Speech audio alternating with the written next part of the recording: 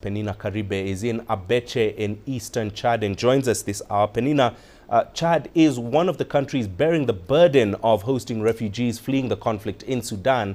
What can you tell us about the humanitarian situation where you are and how refugees there are surviving?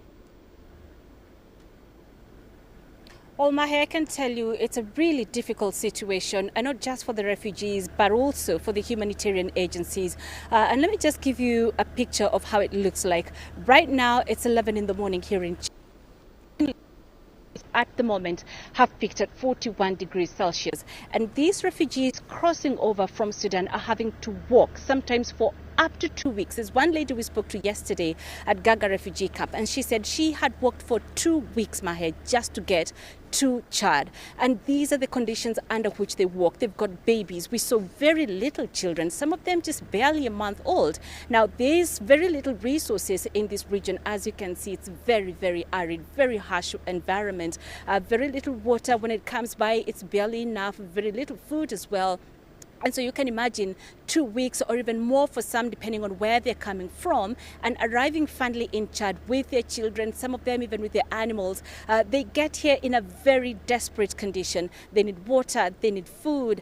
Some of them are sick. And they were even talking to us about even the dangers they have gone through just for them to access some sort of safe space here in Chad. And so when they get here, what they need are the most basic services such as food and water, shelter and medical care. Now, on the humanitarian side, Mahia, the challenge becomes accessing these refugees, because UNHCR was telling us there are 27 entry points along the Chad-Sudan border through which these refugees are coming in. But also, those are the 27 that are officially known. There's so many other entry points that haven't yet been discovered. And so that means there are some refugees who get in here, but they can't really be accounted for. There's 17 assembly points that are also known. And this is where they now assemble once they get into the country for them to be attended to. So on the ground, when you go to those 17 assembly points, one of them is Borota, where we shall be tomorrow, you find now the international community responding to these refugees with what I was talking about, things like water, things like medicine and food, Mahia.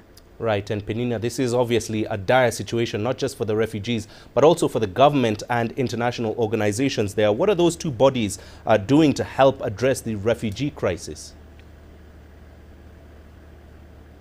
Well, you know, the response from the Chadian government is really just so overwhelmingly positive, Mahia. This is a country with very poor or little resources, I should say.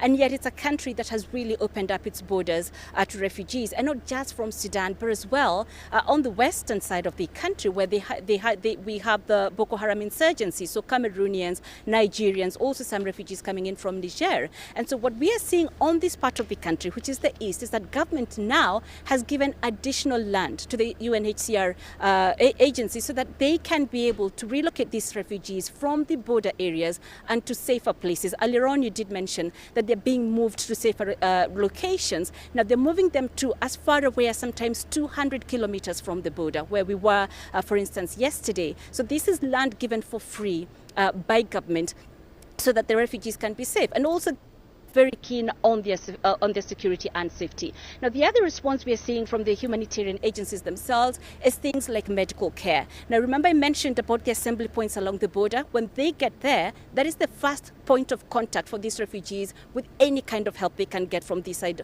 of the region, that is Chad. And so that is where now we are seeing the government has set up health centers. The Minister of Health is in charge of that, but they are also being assisted by international community people like UNHCR, Doctors Without Borders are there. And so that's the kind of collaboration we are seeing between government and the international humanitarian agencies.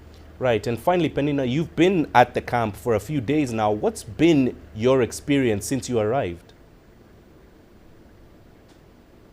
The stories we're hearing from these camps are just simply heartbreaking. That's the only way I could describe it. Yesterday, we were at Gaga refugee camp, one of the only 2 refugee camps from Darfur.